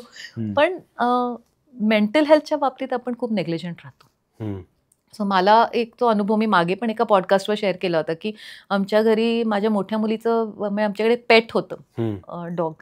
आणि ते माझ्या मोठ्या मुली ती खूप क्लोज होती त्याच्या. ती मेजर त्याची आई असल्यासारखी होती. आणि ते जेव्हा गेलं तेव्हा ती डेव्हस्टेटेड होती. म्हणजे मला कळायचंच नाही हिला मी कशी हँडल करू. हम्म. आणि इतकं अवघड झालं होतं ते मला. तर मी प्रयत्न करायची तिचं आवडीचं काहीतरी खायला बनव, हे कर, आपण बाहेर जाऊयात काही. मग नंतर मग थोड्या दिवसांनी की अगं it will be all right, होतं असं, असे सल्ले कॉमन सेन्सिकली द्यायला गेले. तिने मला फक्त एवढंच सांगितलं, मम्मा शांतपणे तिने मला विचारलं की मी गेले असते तर तुला कोणी असं सांगितलं असतं तुला काय वाटलं असतं. So that really hit me. I said अरे बापरे, आय कांट कोप विथ दिस. आणि हे तिचं मला तर कळत नाही मीला मदत कशी करू. मग मी काउन्सिलिंगला गेले की मी काय करावं. सो द काउन्सिलर्स ॲट ग्रीफिंगचा एक पिरियड असतो प्रत्येकाचा. तो किती असावा हे तुम्ही नाही डिक्टेट करू शकत. प्रत्येकाचा वेगवेगळा असू शकतो. She has to come to that closure. तो ग्रीफिंगचा पिरियड तिला चालायचा आहे. तुम्हाला कितीही वाईट वाटलं तरी तो ती वेगळी इंडिव्हिज्युअल आहे ना. बरोबर. She will come to that, she will end that period. पण तेव्हा मग तुम्ही काय करू शकता तर जस्ट टेल हर की कधी काही लागलं तर मी आहे. आणि ड्रास्टिकली काही गोष्टी चुकीच्या होत्या असं कळलं तर मग इंटरव्हेन्शन करण्यासाठी मग मदत घ्या त्यावेळेस. तिला घेऊन जा. पण आत्ता तिला वगैरे काउन्सिलिंगला तिचं ग्रीविंग पिरियड होऊ दे बघा. सो ह्या सगळ्या गोष्टी आपल्याला खूप माइंडफुली किंवा माझ्या दृष्टीने अजून एक गोष्ट जी आहे जी माझ्या धाकट्या मुलीबरोबर एकदा झाली होती की ती अकॅडमिकली इन्क्लाइंड नव्हती. आपल्याकडे सक्सेस आणि फेलियर, हुशार आणि मूल ते मार्क किती मिळतात ह्याच्यावरती. पण अरे इतर किती गोष्टी आहेत प्रत्येकाकडे. प्रत्येक मूल फक्त अकॅडमिकली पुढे जाईल असं काही गरजेचंच नाहीये ना. बरोबर. सो पण अनफॉर्च्युनेटली आपण तेवढ्याच लेबलमध्ये मुलांना बघतो. सो मोठी मुलगी छान मार्क आणत होती इझिली आणि धाकटीचे ती स्ट्रगल करत होती. तिथे कुठेतरी अनावधानाने कंपॅरिझन ही होतेच आपल्याकडे. आणि ती माझ्याकडनं पण झाली असावी. मला मी ओपन डेला गेले होते तेव्हा पाहिलं तर तिला इंग्लिशमध्ये खूपच छान मार्क्स मिळाले होते ना. तिला कारण लिहायचा खूप कंटाळा किंवा overall she is a very again free thinker आहे ती. तर तिला ते structured, do as directed, given असं काही तिला ते जमत नाही. तर मी पाहिलं, म्हटलं कसे काय. मग तिचं आन्सर शीट पाहिलं तर तिचा एसे पाहिला. तर त्या एसेमध्ये how we spend the holiday आणि मग कसं US ला गेलो. म्हटलं तोपर्यंत आम्ही US ला कधी गेलो नव्हतो. म्हटलं पुढे कोण बसतं. मग मी पाहिलं तर तिने बिचारीने कॉपी केलं होतं त्यावेळेस. तर बघितलं, म्हटलं अच्छा. मग घरी आल्यावर मी सॅट डाऊन. आधी मला खूप राग आला तिचा. मग नंतर मी विचार केला की अरे का घडतंय. परत अगेन फिक्सिंग द पर्सन. त्याच्यापेक्षा प्रॉब्लेम काय. बरोबर. तर कंपॅरिझन होतीये. कुठेतरी तिला प्रूव्ह करायचंय की मला चांगले मार्क आले तरच आई मला काहीतरी चांगलं म्हणणार आहे. I want to belong. बरोबर. राईट. म्हणून ती हे करतेय का. मग माझं काय चुकतंय. ह्याचा थोडासा इंट्रोस्पेक्शन केल्यानंतर तिच्याबरोबर घरी जाऊन मी संभाषण साधू शकले की बाबा मला लक्षात आलंय की तू हे कॉपी केलंयस. हे मला ना चालणार नाहीये. एक गोष्ट अशी आहे की तुझे कितीही मार्क कमी किंवा जास्ती आले त्याच्याने तुझं आणि माझं नातं, I will love you just as much. मार्क्समुळे तुझं माझं प्रेम माझं तुझ्यावरचं कमी होणार किंवा जास्ती होणार असं नाही, पण हे घातक आहे, कारण हे आयुष्यभर तू कॉपी करून ना गोष्टी नाही साध्य करू शकत. या कुबड्या आहेत. बरोबर. टेम्पररी काहीतरी मिळेल तुला, पण हे लॉंग टर्ममध्ये नाही ह्याचा काही उपयोग होणार आहे. तर आपण एक काम करूयात, इथून पुढे तू मला प्रॉमिस कर की तू to the best of your capacity effort टाकशील, जे आउटकम होईल ओके, पण कॉपी नाही करणार. आणि मी तुला प्रॉमिस करते इथून पुढे मी तुझे मार्क कधी बघणार नाही. बरोबर. आणि आजपर्यंत मी तुझी मार्कलिस्ट कधीही पाहिली नाही. 5वीतला वगैरे इन्सिडन्स असेल, 4थी 5वीतला, तिथपासून आत्तापर्यंत रिझल्ट आला, ओके झालं का, हो पास झाली, पुढे जाऊयात. वेरएज मोठीला मेडिसिन करायचं होतं, तिला ते ट्रॅकवर ठेवणं गरजेचंच होतं. मला तिला तुला जर का चॉईस तिने मेडिसिनचा केला आहे आणि ती कपॅसिटी आहे, तर त्या दृष्टीने मला ते तिची महत्त्वाची वर्ष मला तिला ते अभ्यास आणि ह्याचं एन्व्हायरमेंट तयार करून तिला मोटिवेट करत राहणं. तिला मोटिवेट तर ती सेल्फ मोटिवेटेडच होती, पण तिला खाणं पिणं काय थोडंफार जे काही करायला लागतं. आणि कुठे जर का ती डिस्ट्रॅक्ट होताना दिसली तर बाई तुझं गोल तरी बदल, बरोबर, किंवा तुझं वागणं तरी बदल. काहीतरी आहे की ह्या वागण्याने तुझा हा गोल अचीव्ह नाही होणार आहे, चालणार आहे का तुला. म्हणजे डोळसपणे लक्ष देऊन बघत राहणं की काय गोष्ट घडतीये, हे पालकांचं गरज खूप जास्त गरजेचं आहे. त्यासाठी किती वेळ घालवतोय हे नाहीये, कारण माझ्याकडे वेळ खूप कमी होता मुलांना द्यायला. पण म्हणजे प्रत्येक गोष्ट चुकली की लगेच त्याच्यातनं त्यांना बाहेर काढावं असंही त्याच्यातलं नाही. कशाला?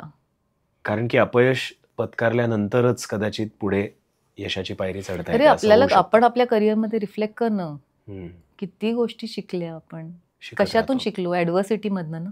बरोबर. मॅक्सिमम स्ट्रेंथ कुठून डेव्हलप होतात, जेव्हा कठीण परिस्थिती असते. म्हणजे माझे वडील आर्मीत होते, ते नेहमी म्हणायचे की when the going gets tough, the tough get going. बरोबर. So let the going get tough. बरोबर. What doesn't kill you only makes you stronger. अगदी अगदी बरोबर. So it's okay.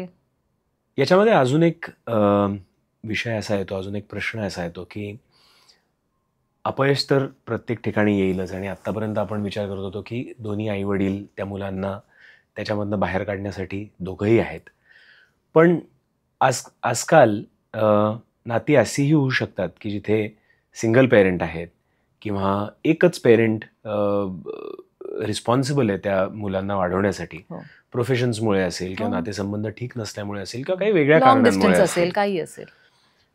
तर मग वेगळे झालेल्या पालकांनी, म्हणजे आपण तो एक बघूयात की जिथे डिवोर्सेस झालेले आहेत, जिथे रिलेशनशिप चांगली नाहीये, स्ट्रेंड आहे, तिथे सिंगल पेरेंटिंगचा रोल कसा करावा जेणेकरून ती कम्युनिकेशनची जी चॅनल आहे, तो जो चॅनल आहे मुलांबरोबरचा, तो कधीच ब्रेक होऊ नये त्यांच्या लहान वयात आणि टीनएजच्या वयात आणि मग पुढे ते यंग ॲडल्ट झाल्यावरती सुद्धा.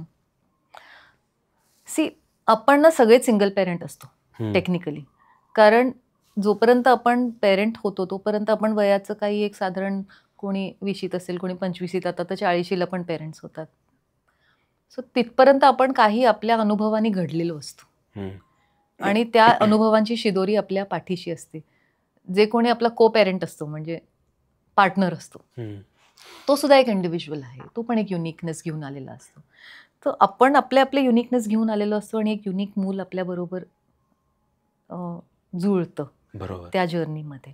तर आपलं फॅमिली युनिट हे खूप युनिक आहे. म्हणजे आता सरोगेट मदर्स पण आहेत, आता सेम सेक्स पेरेंट्स पण आहेत, फॅब्रिकच चेंज झाले सोसायटीचं, सिंगल पेरेंट्स आहेत, joint family, all types of permutation combinations आहेत सगळीकडे. माझं आता आणि मी स्वतः सिंगल पेरेंट असल्यामुळे वगैरे मला आता एक ठाम मत माझं असं झालेलं आहे की प्रत्येक मुलाला, whether it comes from a joint family, a normal family, a separated family, किंवा any type of family structure, एकच गोष्ट लागते त्याला की at least minimum 1 adult who is rational, non-judgmental, resourceful.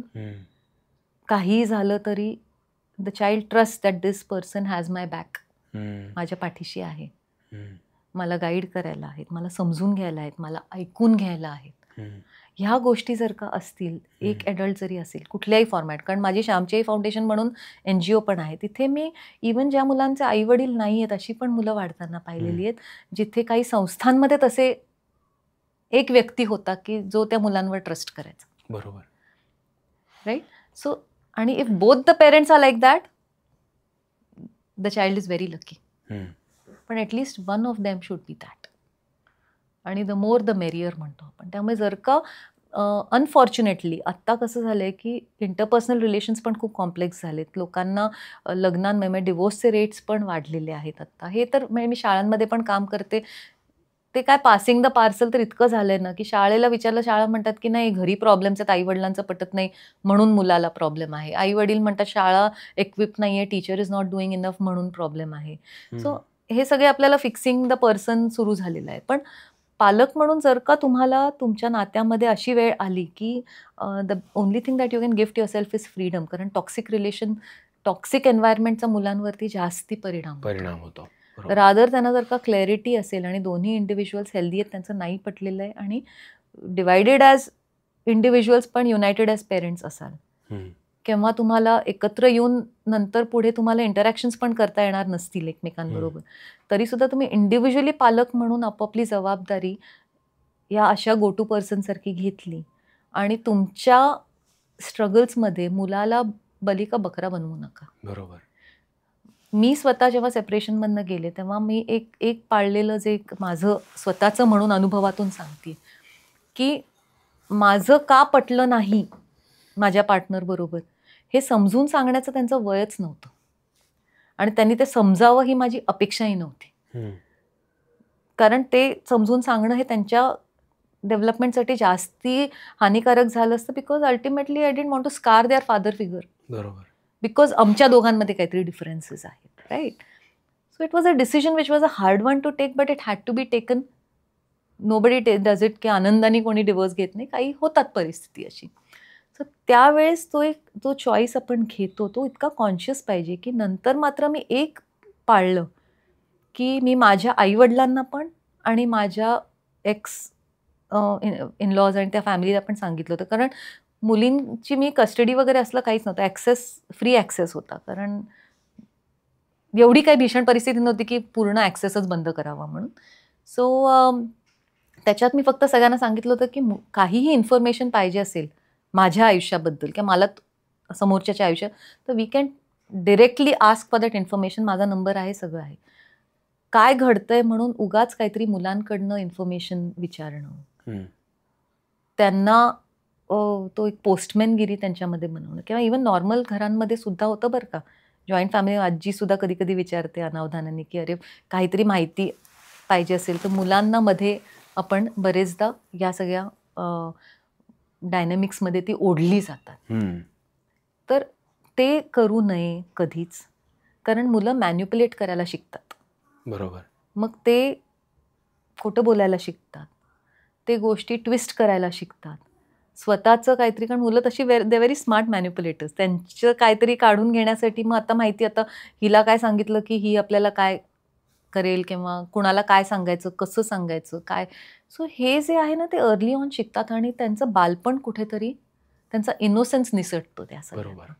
So आपल्याला खूप कॉन्शियस, इवन मी तर साधं म्हणते की डिवोर्स वगैरे पण नाही, नॉर्मल घरांमध्ये सुद्धा आपण बरेचदा ना की हा एक टग ऑफ वॉर आईवडिलांमध्ये जो असतो ना, त्याचे बळी कधी कधी मुलं जाताना दिसतात, किंवा सासू सुनांमधल्या टग ऑफ वॉरमध्ये मुलांचा बळी गेलेला दिसतो.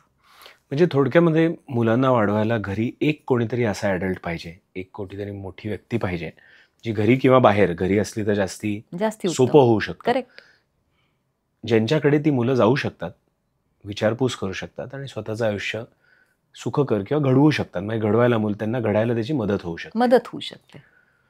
आपण खरं तर अनेक विचारांवरती आज चर्चा केली. म्हणजे आपण वेगवेगळे पेहलू बघितले की ज्याच्यामधनं भावनिकरित्या, भावनिक दृष्टिकोनातनं मुलं सक्षम बनतील. चर्चेसाठी अजून खरं बऱ्याच गोष्टी आपल्याला चर्चा म्हणून करता येतील, पण रॅपिड फायर सारखे 3 प्रश्न माझ्यासमोर असे येत आहेत की तुझ्या रॅपिड फायरच्या आधी मला एक कविता वाचून दाखवायची, इफ यू अलाव मी. छोटीशी आहे ॲक्च्युली. ते एक सिरियल होती मराठी, गोट्या नावाची. त्याचं शीर्षक गीत येते. हम्म. एकच मिनिट. ते मला फार आवड. मी तुला जे नेहमी म्हणते ना की mantra to good to parenting, healthy बरोबर. पेरेंटिंग. हो. Good, bad, ugly, perfect, imperfect काही नाही. काय मंत्र असावा? तो एक होताच रॅपिड फायर मधला, मग त्याचंच हे उत्तर. तर त्याचं हे एक खूप छान कविता आहे ही. मला आवडते आणि मला काइंड येट फर्म ह्याच्यासाठी मी जे नेहमी म्हणते की बीज अंकुरे अंकुरे ओल्या मातीच्या कुशीत, कसे रुजावे बियाणे मालराणी खडकात. बीजा हवी निगराणी, हवी मायेची पाखर, लख प्रकाश निर्मळ त्यात कष्टाचा पाझर. हवी अंधारल्या रात्री चंद्र किरणांची साथ, कसे रुजावे बियाणे मालराणी खडकात. अंकुराचे होते रोप, होई रोपट्याचे झाड, मुळ्या रोवून रानात उभे राहील हे खोड. निळ्या आभाळाच्या खाली प्रकाशाचे गीत गात, कसे रुजावे बियाणे माळराणी खडकात. नाही झाला महावृक्ष जरी नसे कल्पतरू, फुला फळांचा त्यावरी नाही आला रे बहरू. क्षणभरी विसावेल वाट सरू सावलीत, कसे रुजावे बियाणे मालराणी खडकात. या कवितेत ना पेरेंटिंग म्हणजे ही माती आहे, काळी माती आहे, जी आपल्याला बी आहे, आपल्याला माहिती नाही how it is going to present itself. पण आपण त्याची निगराणी करणं, खत पाणी घालणं, आपल्याला जसं वाटतंय त्याप्रमाणे प्रयत्न करत राहणं, ती काळी माती असणं की जी एक माया, प्रेमपेक्षा माया. आणि परत त्याच्यामध्ये जो एक फर्मनेस पाहिजे, गोष्टी पोषण, आणि त्याचं जे होणार आहे ते पुढे द चाइल्ड हॅज कम, म्हणजे ते मूल जे आलंय ते त्याचं एक पर्सनॅलिटी, एक त्याचं एक डेस्टिनी, अशा बऱ्याच गोष्टी घेऊन आलेलं आहे. तर ती प्रोसेस एन्जॉय करूयात ना आपण मायेनी, काइंडनेसनी. I am not saying love, kindness. आणि तो काइंडनेस ना पालकांनी स्वतःबद्दल पण असावा. Be kind to yourself. खूप जास्ती हार्श नका होऊ स्वतःबरोबर. किती सुंदर उपमा आहे. म्हणजे आपण पालक म्हणजे फक्त गार्डनर होतो, माळ्यासारखे किंवा बागबानसारखे की तिथे फक्त मातीची निगराणी आपण राखतोय आणि त्याच्यात खत पाणी देतोय. चुकीचे समजा पानं फुलं आलीच तर ती काढून टाकतोय. याच्या पलीकडे काहीच करत नाही. बाकीचे एन्व्हायरमेंट, आभाळ, आकाश, सूर्य, त्याच्यानीच बाकी सगळ्या गोष्टी घडणार आहेत. त्यामुळे पालकत्व कदाचित अवघड नक्कीच नाहीये. खूप सोपं आहे रे तसं. मी तर खूप एन्जॉय केलंय. तरी सुद्धा जाता जाता एक गोष्ट जी पालकांनी करायला सुरुवात करावी जेणेकरून मुलं चांगली घडतील. गिल्ट काढून टाकावं, एन्झायटी काढून टाकावी, बी इन द प्रेझेंट, आणि मुलांबरोबरचा प्रत्येक क्षण एन्जॉय करावा. आणि एखादी गोष्ट करू नये, ओव्हर पेरेंटिंग, रेस्क्युइंग, आणि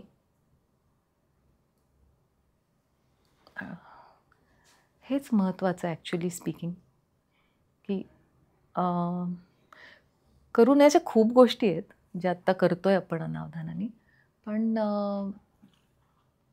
मुलाला रेस्क्यू करायला जाऊ नये प्रत्येक गोष्टीमध्ये. महत्त्वाचं आहे. भरपूर विषयांवरती आपण चर्चा केली. पालकत्व आणि कशी सक्षम मुलं घडवावी या बाबतीत. आता इनोटॉक्समध्ये प्रत्येक एपिसोड संपण्याच्या पूर्वी आम्ही आमच्या गेस्टला सांगतो की त्यांनी एक वर्ड किंवा एखादी फ्रेज द्यावी जेणेकरून आपले जे व्ह्युअर्स असतील ते शेवटपर्यंत एपिसोड बघून ते कॉमेंट सेक्शनमध्ये टाकू शकतील, जेणेकरून आपल्याला कळेल की ते संपूर्ण एपिसोड त्यांनी बघितला आणि त्यांची प्रतिक्रिया देखील ते आपल्याला सांगू शकतील. तर आज काय त्यांना वर्ड किंवा फ्रेज द्यावा? Do not correct before you connect. आणि हे मराठीत द्यायचं असेल? मराठीमध्ये द्यायची असेल तर साधं सोपं पालकत्व हे या कॉम्प्लेक्स जगात पण शक्य आहे. साधं सोपं पालकत्व हे या हे या जगात देखील शक्य आहे, गुंतागुंतीच्या जगात पण शक्य आहे. गुंतागुंतीच्या जगात देखील शक्य आहे. तुम्ही ऐकलंच आहे, साधं सोपं पालकत्व या गुंतागुंतीच्या जगात सुद्धा शक्य आहे असं तुम्ही लिहू शकता. किंवा याच्यासारखंच याच अर्थाचं अर्थपूर्ण तुम्हाला समजा एखादं वाक्य द्यायचं लिहायचं असेल तर ते तुम्ही कॉमेंट सेक्शनमध्ये लिहा, जेणेकरून आम्हाला समजेल की तुम्ही हा एपिसोड शेवटपर्यंत बघितलात आणि तुमच्या प्रतिक्रिया देखील कळवा. थँक्यू.